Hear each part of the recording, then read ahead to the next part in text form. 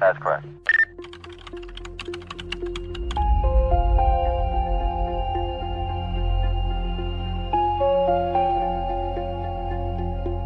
Welcome to The Geek and The Detective.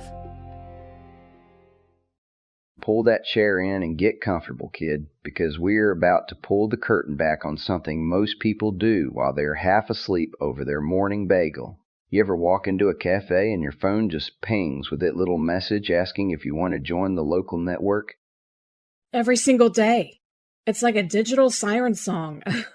Most people see it as a gift from the universe because they don't want to use up their data plan or they are in a dead zone. But what people are actually looking at is a potential crime scene in the making. We are talking about the Invisible Pickpocket. Public Wi-Fi is the most overlooked security hole in the modern person's life. It's funny you call it a pickpocket. In my world, a pickpocket needs physical contact. They need to be close enough to smell your aftershave. But with what you're talking about, a guy could be sitting 3 tables away or even in a car out in the parking lot, and he is basically reaching into your wallet while you're busy looking at pictures of someone's lunch. That's the beauty of it for the criminal. It's a man-in-the-middle attack. Think of it like this, detective. Normally, when you go to a website, it's a direct conversation between your device and the server, i.e. the website. But when you're on an unsecured public Wi-Fi, a hacker can insert themselves right into the center of that conversation. Right, the man in the middle. It's like we talked about with firewalls for that conversation to happen. Both sides need those IP addresses we discussed, that digital return address. The hacker just slides into the middle and starts reading the mail, like a guy standing right behind you at the ATM reading over your shoulder, only he's doing it from across the room with a laptop. Exactly. They become a digital relay station. You send your password to the bank, but it goes to them first.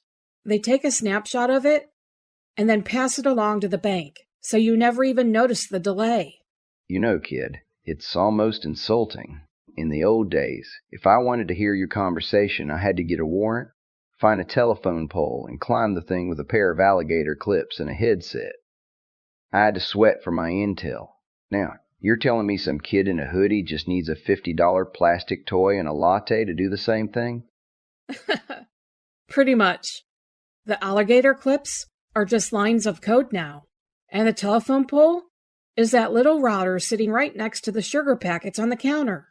It's too clean. Back then, if you saw a guy in a utility vest working on a pole at 2 a.m., you knew something was up.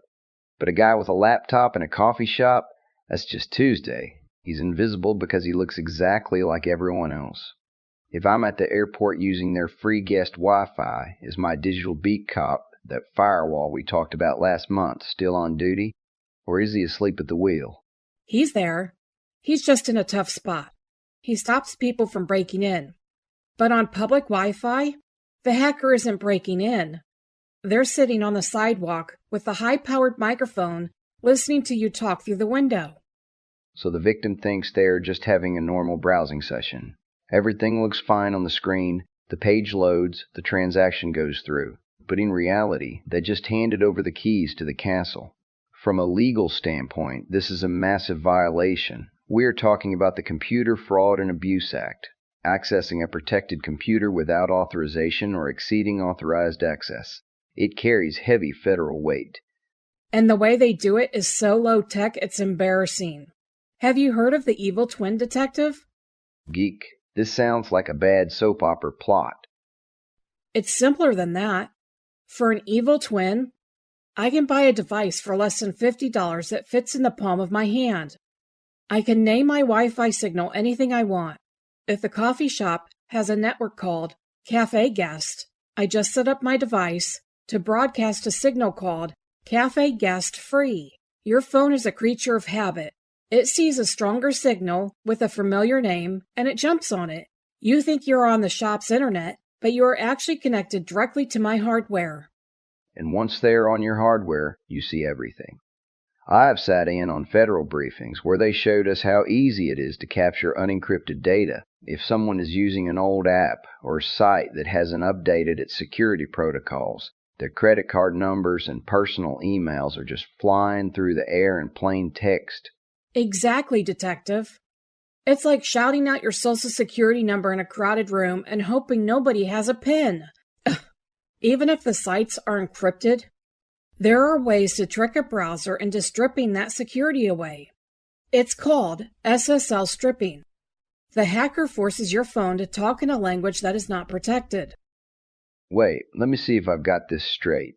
It's like a confidence man trick. Normally, the bank and my phone have a contract written in a code only they can read. But the hacker intercepts the contract, rips out the security pages, and hands my phone a version written in plain English. That's exactly it. Your phone thinks it's dealing with the bank. So it signs the papers, but the envelope is wide open for anyone to see. It's a digital forgery. You think you're in a secure room, but the hacker just took the lock sign off the door and you didn't even notice. And kid, that's when the real world harm starts. Let's look at the real world harm here, because people think, oh, it's just a credit card and the bank will cover the fraud. It's never just a credit card, kid. If I get into your email, I have your life. I can see where your kids go to school. I can see your home address from your utility bills. I can see your calendar and know when your house is going to be empty for a week while you're on vacation. This is how digital crimes turn into physical burglaries. That is a terrifying point. We always think of these things as staying in the cloud, but the cloud is just someone else's computer. If a stalker or a thief gets that level of access, they are not just looking at numbers. They're looking at your routine. They're looking at your vulnerabilities. In the eyes of the law, Amy, this is a serious breach of privacy that can lead to years of prison time. But as a detective, I have to be honest with you. Catching a guy doing an evil twin attack in a busy airport is like looking for a needle in a haystack of needles. They are gone before the victim even knows they were hit. Since you mentioned airports, let's talk about the big leagues. To a hacker, an airport terminal is like the Super Bowl. You have thousands of people all in one place. They are stressed out, they are bored, they are desperate for a connection to check their gate, or download a movie before the 10-hour flight. It's a target-rich environment. And that's the part that keeps me up at night, Geek. Let's say we actually catch the guy. We track the signal to a seat in Terminal B. Guess what? By the time my guys get there, the suspect is on a flight to Cabo, and the victim's money just took a detour through a server in the Seychelles. It's not just about the money detour, Detective. It's about the wholesale value. Wholesale? You're telling me my identity has a sticker price? Everything does. On the dark web marketplaces of fools, your full name, social security number, date of birth, and account numbers go for about $20 to $30. If I have your credit card with a CVV code, $5. $5? I've seen guys get 20 years for a heist that netted less than what a hacker makes in an afternoon selling 1,000 fools from a single airport terminal. Exactly.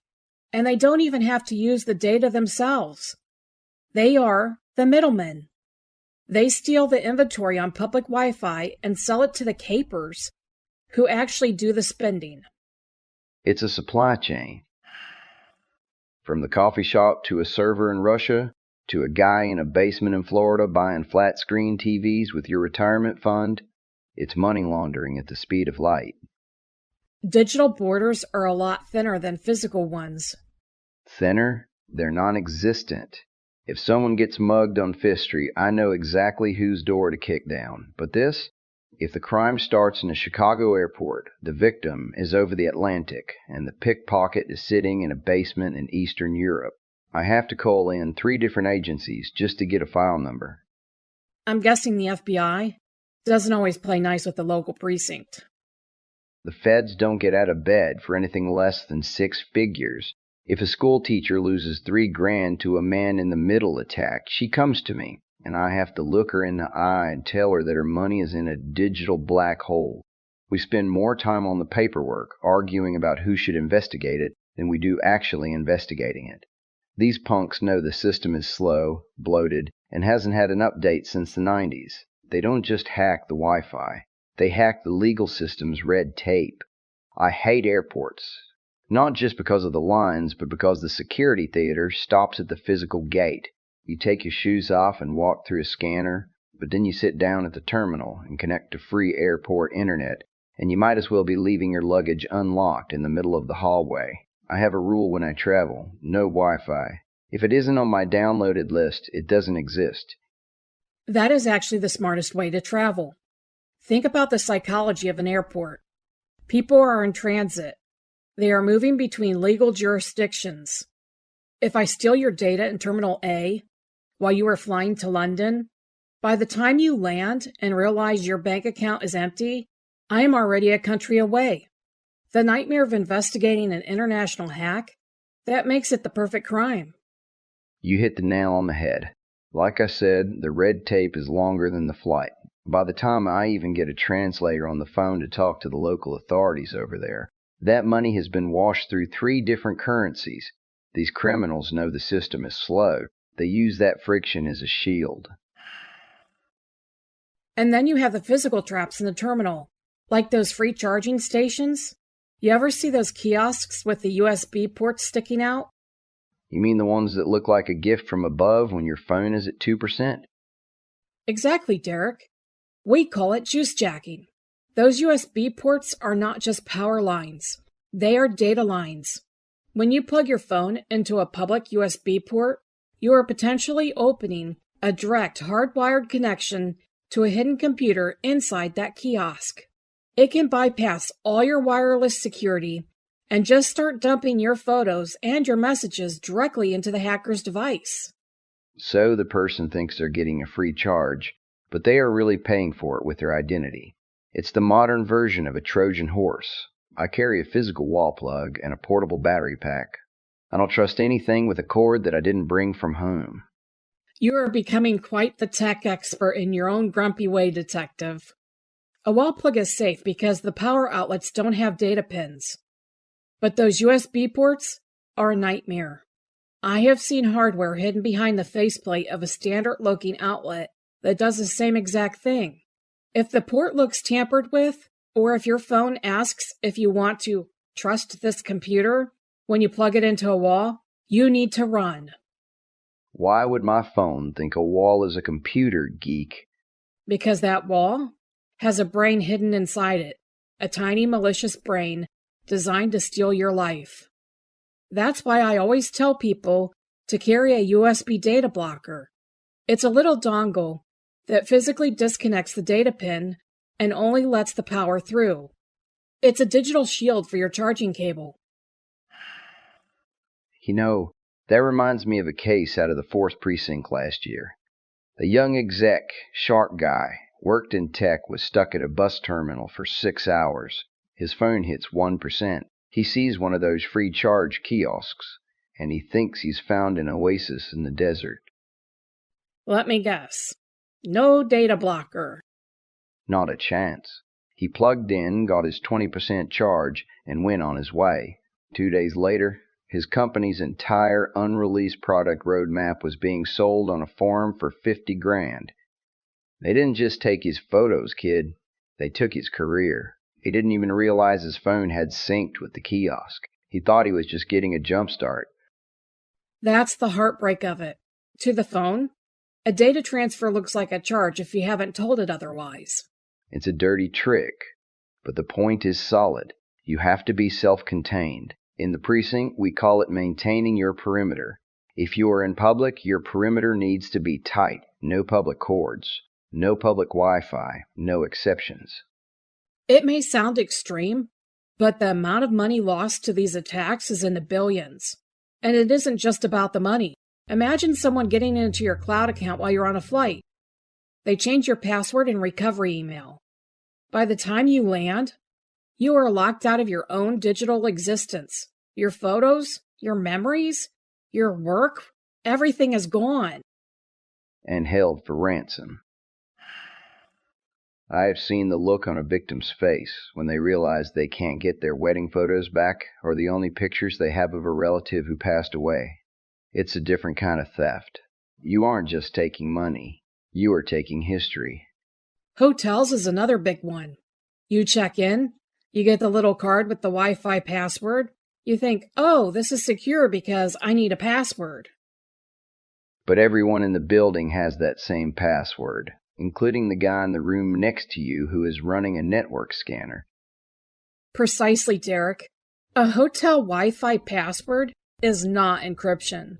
Once you are in, you are on a shared network with hundreds of strangers. If I'm on the same network, I can use a tool to see every device connected to it. Your smartwatch, your tablet, your laptop. If your software isn't up to date, I can find a vulnerability and slide right in.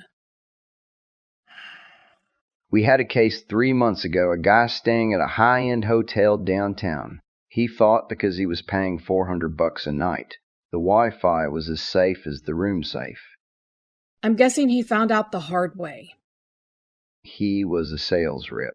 He spent the whole night in his room prepping a bid for a big contract, sent it over the hotel Wi-Fi and went to sleep. By morning, a competitor had a carbon copy of his entire bid. They underbid him by 5% and he lost the account. That's a corporate hit. It was clean, too. Someone in the room next door was just running a sniffer program. They didn't even have to leave their bed to rob him of a 6-figure commission. People treat hotel rooms like they're in a private bubble, but digitally, you're in a room with 100 people and no walls. This is why I tell people that the law is a reactive tool. I can come in and investigate after you have been robbed, but I cannot be there to slap the hacker's hand when he reaches for your data. You have to be your own first responder. You know, kid, I was thinking, if I'm just sitting there and I don't join the Wi-Fi, I'm just sitting there with my phone in my pocket. Am I off the hook? Or can the pickpocket still find a way into my coat? I wish I could tell you that you're safe, Detective. But even if you don't click connect, your phone is a chatterbox. It's constantly screaming into the void, looking for home. What do you mean, looking for home? My home is 20 miles away. Your phone has a memory. It remembers every network you've ever connected to. Your home Wi-Fi, your office, your mother's house. When your Wi-Fi is turned on, your phone is constantly broadcasting probes. It's basically shouting, "Hey, is FBI surveillance van here? No? How about Starbucks guest? No?" You're telling me my phone is announcing where I've been to anyone with a $20 antenna? Exactly. And a smart hacker doesn't even need you to join their network. They just sit there with a passive sniffer and record those probes. Within 5 minutes, I can tell where you work, what gym you go to, and maybe even what kind of smart toaster you have at home. It's like walking through a crime scene with muddy boots. You're not just walking, you're leaving a trail that leads right back to your front door, your office, and your kid's school. People think delete history clears their tracks. But your phone is out here shouting your business to every antenna within 100 yards. It's the, "Hey, I know you" problem. Your phone is looking for friends, but it doesn't realize it's talking to a stranger with a notebook. That's stalking, pure and simple. In my world, if I followed someone around and took notes on every building they entered, I'd need a warrant or a very good reason. These guys are doing it while sipping a latte. And they use that digital exhaust to profile you. If I see your phone is looking for a high-end corporate network and a luxury hotel Wi-Fi, I know you're a high-value target. I'm going to try a lot harder to get into your device than I would for someone whose phone is looking for a free burger Wi-Fi. It's like a criminal casing a neighborhood. They aren't looking at the houses, they're looking at the cars and the driveways to see who has the most to lose. Spot on. And here's the kicker. Once I have your home network name from your phone's probe, I can just rename my hotspot to match it. Your phone sees its home network, thinks it's finally found a friend, and connects automatically without you ever taking it out of your pocket. That is cold. It's exploiting the device's loyalty. That's why the ghost rule is so important. If you aren't actively using it, the Wi-Fi toggle needs to be off. Not just disconnected, off. Otherwise, you're leaving a trail of digital breadcrumbs that lead straight to your front door. Great, Amy. Another thing to worry about. It's not all bad news. It just means being disciplined. If you really need to work at an airport or a hotel, use your phone as a hotspot. It's your own private network. It uses your mobile encryption. It's not perfect, but it's a vault compared to public Wi-Fi.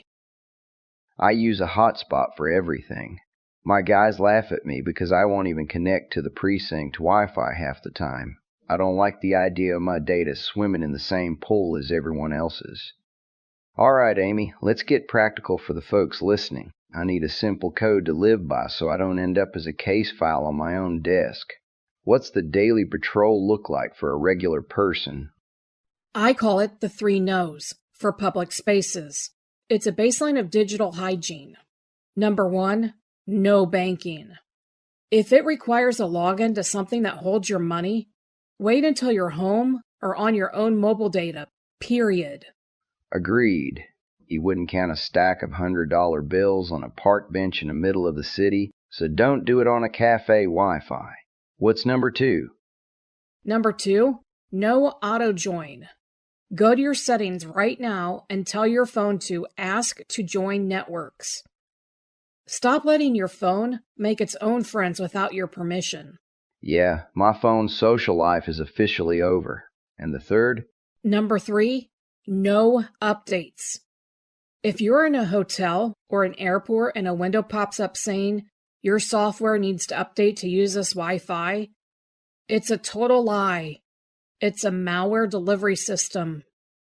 That's a classic short con. You tell them there's a problem that only you can fix, and as soon as they let you fix it, you got your hand in their pocket. That's a solid list, kid. It's about layers. If you have to use a public Wi-Fi, use a VPN. If you can't use a VPN, use a hotspot. If you can't use a hotspot, just put your phone away and read a book. Remember those? They were made of paper and they don't have an IP address. I have a few of those. They are great. They never run out of battery and they don't ask me to update my terms of service every 10 minutes. And I'm guessing that's where that smokescreen VPN we talked about comes into play. It's the layer that hides the paper trail. Exactly, Detective. It's the cloak that keeps you invisible while you're out in the open. But for the times you can't be invisible, you have to be smart. And I think that's the ultimate takeaway. The internet is a tool, but it is also a window. And if you're using it in public, you're basically standing in a glass house. You have to decide what you're willing to let the neighbors see. And some of those neighbors are looking for a reason to break the glass. I have spent my career catching people who think they can hide in the shadows, but the digital shadows are deeper than any alleyway I have ever walked down. Which is why we do this show. To shine a light in those shadows. I think we have given them a solid foundation today. This isn't about fear, it's about empowerment. When you know how the trick works, the magician can't fool you anymore.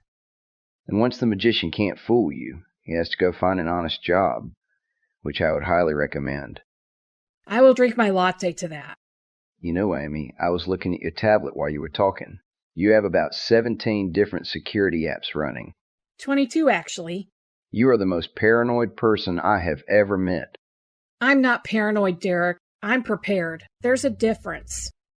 Well, Amy, your preparation just saved us an hour of paperwork, because I was about to ask you to scan my phone. I did already. You were clean. Of course you did. Why am I even surprised? It's part of the service. Let's get out of here. I have a sudden urge to go sit in a room with no electronics and just stare at a wall for a while. I have an app for that. It plays white noise and simulates a brick wall. I'm going to ignore you now. Fair enough. Keep your signals tight and your passwords tighter. And if you see a network called Free Money, do not click it. Good advice, Derek. But next time, we need to talk about what happens when the free money isn't a network. It's an email sitting in your inbox. It never ends, does it? We're clear here. Transmission ending. That's it for this month. Don't forget to hit that subscribe button and leave a 5-star review on Apple Podcasts or Spotify. It's the best way to support the show. We'll be back next month with a brand new episode. Until then, stay one step ahead.